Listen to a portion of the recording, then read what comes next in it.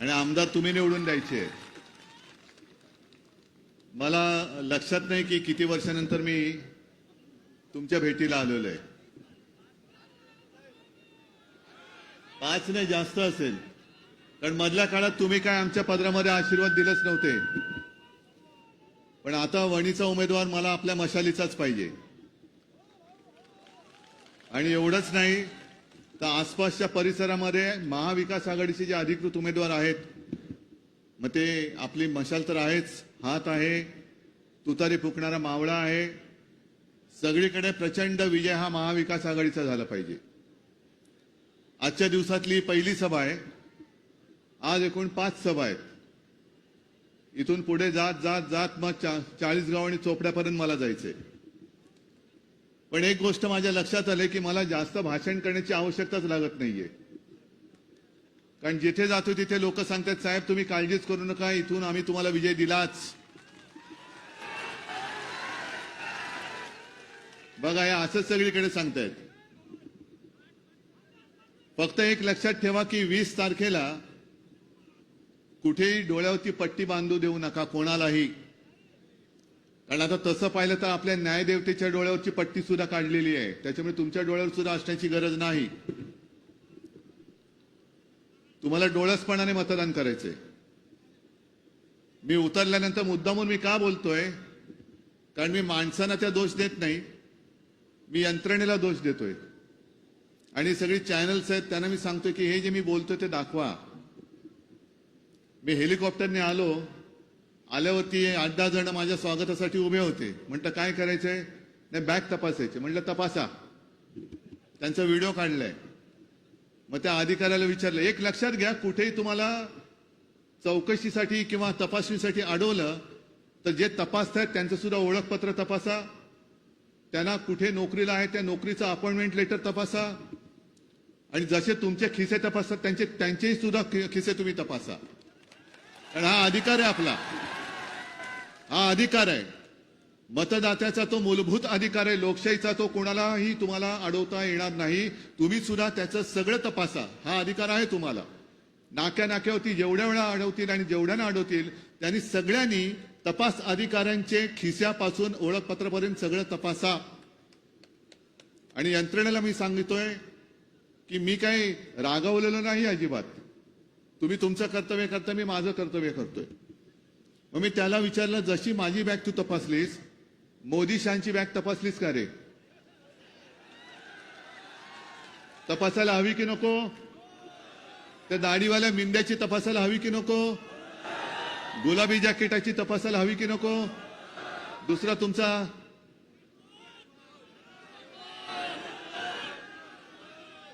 कोण? टरबूज, त्याची बॅग तपासायला हवी की नको? कारण पंतप्रधान येतात, सगळं मला मी बघितलेलं नाही, पण वायुदलाचं विमान वापरत असतील तर तो गुन्हा आहे. पंतप्रधान आल्यानंतर रस्ते बंद होतात, दुकानांना सांगतात बंद करा, ट्रॅफिक अडवला जातो आणि मग हे सुसाट वेगाने जातात. पण पंतप्रधान असो, अमित शहा असो, मिंधे असो, टरबूज नाही देवेंद्र असो, अजित पवार असो, यांच्या बॅगा जर का निवडणूक अधिकारी तपासणार नसतील तर महाविकास आघाडीचे कार्यकर्ते तपासतील. आणि तिथे मात्र पोलिसांनी मध्ये यायचं नाही, निवडणूक आयोगाने मध्ये यायचं नाही. आमच्या बॅगा तपासण्याचा अधिकार जसा तुम्हाला आहे तसा प्रचाराला जो कोणी येईल त्याची बॅग तपासण्याचा अधिकार हा मतदारांना आहेच, आणि तो आम्ही बजावल्याशिवाय राहणार नाही. सगळ्यांच्या बॅगा तपासा. कारण लोकसभा निवडणुकीत हेलिकॉप्टरमधून मिंद्यांच्या बॅगाच्या बॅगा चालल्या होत्या, नाही कपड्याच्या बॅगा होत्या. एवढे कपडे एका वेळेला घालता तुम्ही? एक तर उन्हाळा होता, पण एवढ्या बॅगा तुम्ही उतरवताय. या सगळ्या बॅगा जर यंत्रणा तपासणार नसेल तर माझे शिवसैनिकच नव्हे तर महाविकास आघाडीचे कार्यकर्ते तपासतील. होऊन जाऊ द्या, मोकळ्या वातावरणात निवडणुका घेऊया. तुम्ही आमचा तपासा, आम्ही तुमचा तपासतो. येऊ द्या उघडं, पण सगळंच उघडा, काही हरकत नाही आम्हाला. पण हा जो काय नालायकपणा चाललाय याला मी काय लोकशाही मानायला तयार नाही. ही लोकशाही असू शकत नाही. लोकशाहीमध्ये कोणी मोठा नाही आणि कोणी छोटा नाही. पंतप्रधान एक तर देशाचे पंतप्रधान आहेत. शपथ घेताना त्यांनी जी शपथ घेतलेली आहे की मी सगळ्यांशी सारखा वागेन. मग मी पंतप्रधानांना सांगतोय, तुम्ही इथे महाविकास आघाडीच्या प्रचाराला सुद्धा आलं पाहिजेत, कारण तुम्ही भाजपचे पंतप्रधान नाहीत, तुम्ही देशाचे पंतप्रधान आहात. तुम्हाला हा लाडका, हा आवडता, तो नावडता करण्याचा अधिकार राहत नाही. आणि म्हणून आम्ही जे म्हणतो ना की तुम्ही संविधान बदलायचा तुमचा मनसुबा आहे, तो याच्यासाठी म्हणतो आहोत. किती सभा घेत आहेत आज तर, रोज म्हणजे हल्ली रोज महाराष्ट्रामध्ये येत आहेत. मोदी पण येत आहेत, अमित शहा पण येत आहेत. बरं, आलं तर वेगळं काहीतरी बोला. वेगळं काहीच नाहीये. हिम्मत असेल तर यांच्यावर बोला, हिम्मत असेल तर त्यांच्या. आम्ही तुमच्यावरच बोलतोय, आणखीन काय हिम्मत दाखवायची? आम्ही तुमच्यावरच बोलतोय. काल परवाकडे इकडे कुठे आले होते अमित शहा, आणि त्यांनी सांगितलं की 370 कलम काढलं, त्याला विरोध करणाऱ्या काँग्रेस बरोबर उद्धव ठाकरे बसलेत. अहो पण ते काढताना उद्धव ठाकरे तुमच्या बरोबर बसलेला होता, आणि नंतर तुम्ही मला ढकललात, मग मी तुम्हाला लाथ मारली.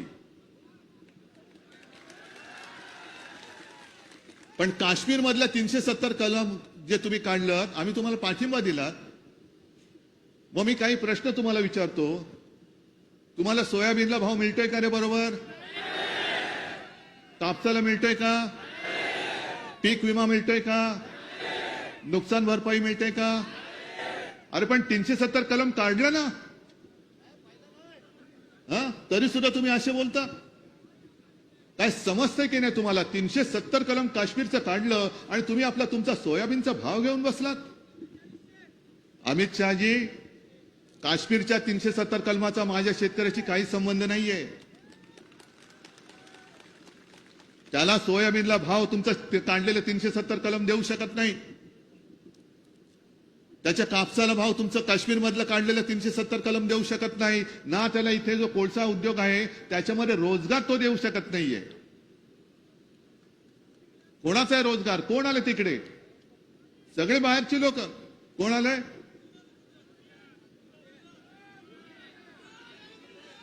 तुमच्यापैकी किती लोकांना तिकडे नोकऱ्या मिळाल्यात? मग कोणाचं आहे आपण पोचतोय? आज चंद्रपूरमध्ये मी आलोय. लोकसभेच्या वेळेला किंवा मधल्या काळामध्ये माझ्याकडे बातमी आली की अदानी हा राक्षस, हा केवळ मुंबई पुरता नाही, चंद्रपूरची शाळा, ती मार्केल का कुठली शाळा, ती शाळा पण अदानीला दिलेली. काय म्हणून दिली? सगळे एअरपोर्ट, देशातले प्रमुख एअरपोर्ट अदानीकडे. पोर्ट म्हणजे ते वाढवण बंदर जे मोदी सांगतायत हे विकासाला अडथळा आहे. विकासाला अडथळा नाही. तुम्ही आमच्या भूमिपुत्रांच्या डोक्यावरनी वरवंटा फिरवताय, त्याला आम्ही विरोध करतोय आणि आम्ही विरोध तो करणारच. हे वाढवण बंदर सुद्धा आता दाखवायला ते JNPT कडे आहे, पण हे बंदर सुद्धा, कारण तिथला तो मुंद्रा पोर्ट अदानीकडे, गुजरातचा. मग हे सुद्धा बंदर हे अदानीकडे जाणार. 20 प्रकल्प अदानीकडे. म्हणजे आपण महाराष्ट्रामध्ये जी वीज वापरतो ती सुद्धा एक करार झालाय की ती सुद्धा अदानीकडनं घ्यायची. मग ती सौर ऊर्जा असेल नाहीतर थर्मल असेल, असं अग्रीमेंट केलं की अदानीकडनं ते घ्यायचं. अदानीने ते जिंकली ती बोली. आणि प्लांट कुठे लागला? गुजरात. जमिनी कोणाच्या किमती वाढल्या? गुजरात. रोजगार कोणाला मिळाल्या? तिथल्या लोकांना, गुजरात. आणि आम्ही काय त्यांची भांडी घासायची? हा राग माझा जो आहे तो इथे आहे. आज आपण जे काय मोदीजी आणि शहा तुम्ही जे काय इकडे फिरताय, आम्हाला तुमच्याबद्दल काही नाहीये. पण ज्या पद्धतीने तुम्ही एकूण हिंदू मुसलमान दंगे लावण्याचा प्रयत्न करता आहात, बटेंगे तो कटेंगे. अरे हम बटेंगे भी नहीं, कटेंगे भी नहीं, लेकिन ध्यान रखो हम आपको लूटने भी नहीं देंगे. भाजपा की नीति है कि हम महाराष्ट्र को लूटेंगे और दोस्तों को बांटेंगे.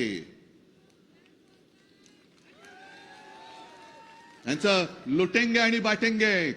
बटेंगे तो कटेंगे नाहीये, लुटेंगे और बांटेंगे. ही लूट चाललेली आहे महाराष्ट्राची. माझ्या सर्वसामान्य जनतेला असंच भुके कंगाल ठेवायचं, म्हणजे महाराष्ट्राने भीक मागितली पाहिजे अदानीकडे आणि मोदी शानकडे, आणि मग हे येऊन सांगणार की देखो हमने क्या किया. अरे दिखाओ तो सही क्या किया, कुछ भी नहीं दिखाई दे रहा है.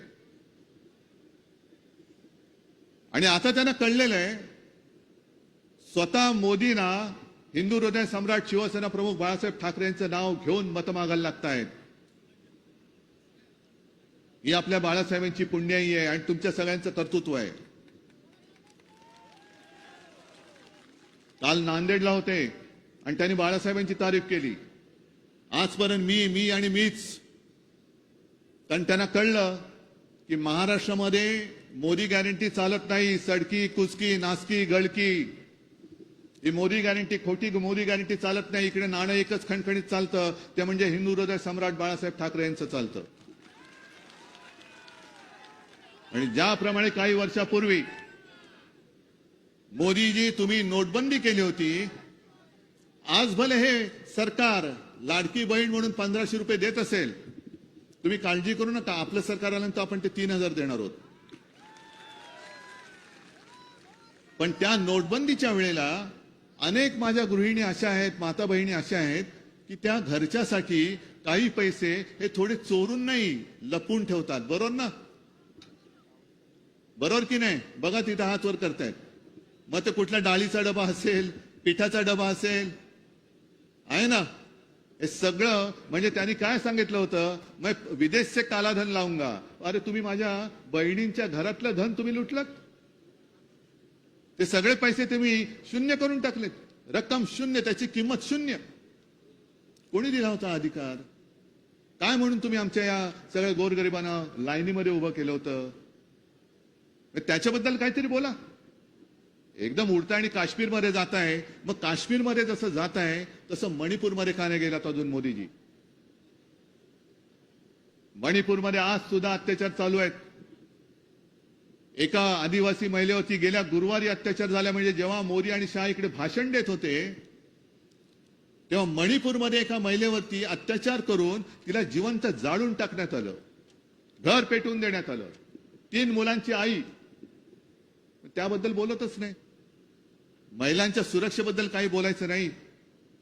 आणि त्या पलीकडे जाऊन आता मला इथे आल्यानंतर कळलं की भाजपचे करंटे आहेत कसे, हे कुणबी समाजाबद्दल फार द्वेषपूर्ण बोलले. कुणबी समाज, अरे एवढा मा झाला या भाजपवाल्यांना, समाजाबद्दल वेळवाकडे काही बोलायला लागले. तुम्हाला काय वाटतं महाराष्ट्र म्हणजे काय किडे मोकडे राहतात तिकडे का गांडूळ आहेत? गांडुळांची पैदास महाराष्ट्रात होत नाही, महाराष्ट्रामध्ये वाघांची पैदास होते. आणि एक लक्षात ठेवा, असा पण हा जो चंद्रपूर आणि परिसर आहे हा वाघांचा परिसर आहे. गेल्या वेळेला प्रतिभाताई तुम्ही पुढाकार घेतला आणि चंद्रपूरकरांनी कमाल करून दाखवली. त्या मुनगट्टीवार जो नुसता महाराजांची वागणुकं घेऊन आला त्याला आडवा करून टाकला. पण या सुधीर मुनगट्टीवारांनी सुद्धा त्यावेळेला बहीण भावाच्या नात्याबद्दल काय वाईट बोलले होते, किती वाईट बोलले होते. हिणकस. मोदीजी हे तुम्हाला चालतात?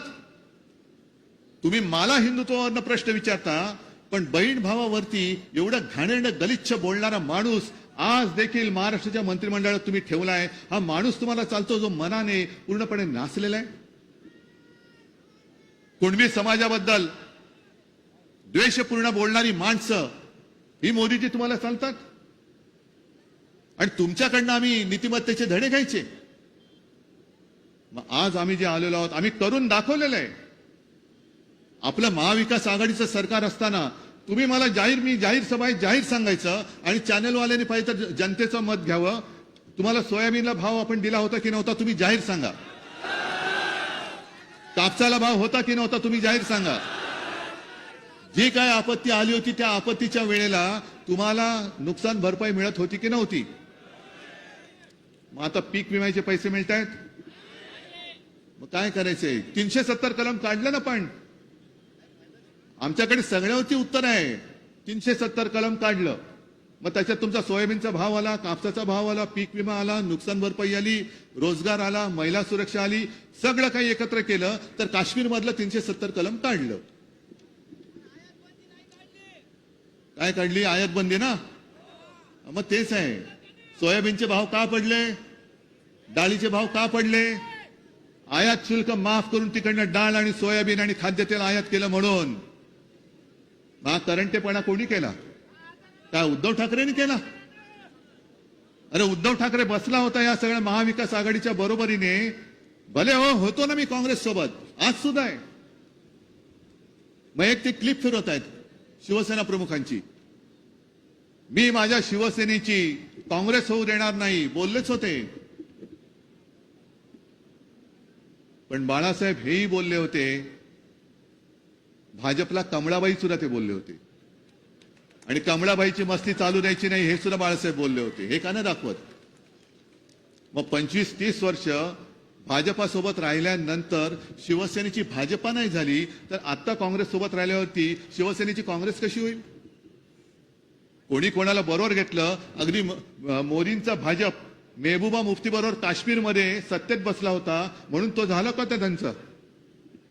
चंद्रबाबू बरोबर तिकडे बसलेत म्हणून ते झाले त्यांचे. नितीश कुमार जे संघमुक्त भारत बोलले होते त्यांच्याबरोबर आता भाजपा बसलाय. मग त्यांचा काय नितीश कुमारचा काय जेडीयू का आरडीयू का काय असेल तो झालेला आहे. तर ह्या सगळ्या थापा आहेत. फक्त तुम्ही संभ्रमात राहू नका. ज्या काही गोष्टी आपण देऊ इच्छितो आहोत, जसं महिलांना सुरक्षा, म्हणजे प्रत्येक ठिकाणी महाराष्ट्रामध्ये पोलीस स्टेशन एक वेगळं महिलांसाठी, महिला पोलीस अधिकारी आणि महिला पोलीस शिपाई असलेलं पोलीस स्टेशन आपण उभारणार आहोत. शेतकऱ्याचं नुकसान होऊ न देता जे जीवनावश्यक 5 वस्तू आहेत, मग त्याच्यामध्ये गहू आला, तांदूळ आला, साखर, तेल, डाळ, यांचे या जीवनावश्यक वस्तूंचे भाव आपण पुढची 5 वर्ष हे स्थिर ठेवून दाखवणार म्हणजे दाखवणारच. निवृत्त सरकारी जे कर्मचारी आहेत त्यांना जुनी पेन्शन योजना लागू करणार आहोत. त्याच्यानंतर ज्याप्रमाणे मुलींना मोफत शिक्षण दिलं जातं, तसंच मोफत शिक्षण मी माझ्या महाराष्ट्रात जन्मलेल्या मुलांना सुद्धा देणार आहे. महाराष्ट्रातून लुटून नेलेलं, गुजरातला नेलेलं वैभव मी पुन्हा महाराष्ट्रात आणणार, पुन्हा आणणार. आणि मुद्दामून मी तुम्हाला सगळ्यांना सांगतोय, नागपूर म्हणजे हा विदर्भ आणि मुंबई अंतर खूप आहे. नागपूर आपल्या राज्याची उपराजधानी आहे आणि मुंबई ही आपली राजधानी आहे. मुंबई केवळ महाराष्ट्राची राजधानी नाही, तर देशाची आर्थिक राजधानी तिला मानलं जात होतं. आता ते महत्व मारून हे गुजरातला नेऊ इच्छित आहेत. आणि म्हणून मी ठरवलेलं आहे, आपलं सरकार तर तुम्ही आणणारच आहात, त्याच्याबद्दल माझ्या मनात काही शंका नाहीच आहे. पण आपलं सरकार आल्यानंतर अदानीच्या घशामध्ये घातलेली मुंबई आणि आसपासची जमीन मी काढून तुमच्यासाठी, जे माझ्या महाराष्ट्रातले भूमिपुत्र आहेत त्यांच्यासाठी मुंबई आणि मुंबई इलाक्यामध्ये मी परवडणाऱ्या किमतीमध्ये घर सुद्धा देऊन दाखवणार आहे. या मुंबईमध्ये या, मुंबईमध्ये या. कारण नाही तो मोफत शिक्षण देतोय, पण शिक्षण मोफत जाता कामा नये. रोजगाराचं काय? रोजगारासाठी इथे सुद्धा रोजगार उपलब्ध करूच, पण मुंबई आणि त्या परिसरात सुद्धा माझ्या विदर्भातल्या जनतेचा हक्क आहे मुंबईवरती, त्यांनी सुद्धा मुंबईमध्ये आलं पाहिजे. अशा अनेक गोष्टी करायच्या आहेत. पण ह्या गोष्टी करण्यासाठी इकडे जेवढे आपले उमेदवार आहेत या सगळ्यांना तुम्हाला निवडून द्यावं लागेल. आज फक्त मी आपल्या देरकरांच्यासाठी आलेलो नाहीये, देरकरांसाठी तर आलेलोच आहे. आणि आजपर्यंत तुम्ही कित्येक वर्षापूर्वी एक आमदार आपल्या शिवसेनेचा निवडून दिला होता. आता कोणावर विश्वास ठेवायचा हेच कळत नाही. पण ठीक आहे, आज देरकर दिलेले आहेत. देर है लेकिन अंधेर नहीं है. अब देर मत करो. आता देरकरना लवकर विधानसभेत पाठवा. आणि प्रतिभाताई, तुम्हाला जसं या शिवसैनिकांनी, खरं हे धानोरकर कुटुंबीय शिवसेनेचं, म्हणजे मी आता मला त्यांचं खरं नाव आठवणारच नाही, बाळू, बरोबर ना?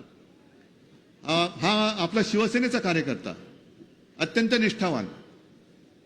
आणि त्यावेळेला तुम्ही सगळ्यांनी निवडून दिलं. हे धानोरकर कुटुंब सुद्धा मूळचं शिवसेनेचं. म्हणून प्रतिभाताई, इथल्या जागेची जबाबदारी तुमची आणि तिथल्या जागेची जबाबदारी ही आमची आहे. सगळ्यांना मंजूर? मग आता जास्त न बोलता पुढच्या सभेला जाऊ. फक्त एकदा निशाणी काय आणि विजय कसा होणार? विशाल. सगळ्यांना धन्यवाद देतो. जय हिंद, जय महाराष्ट्र.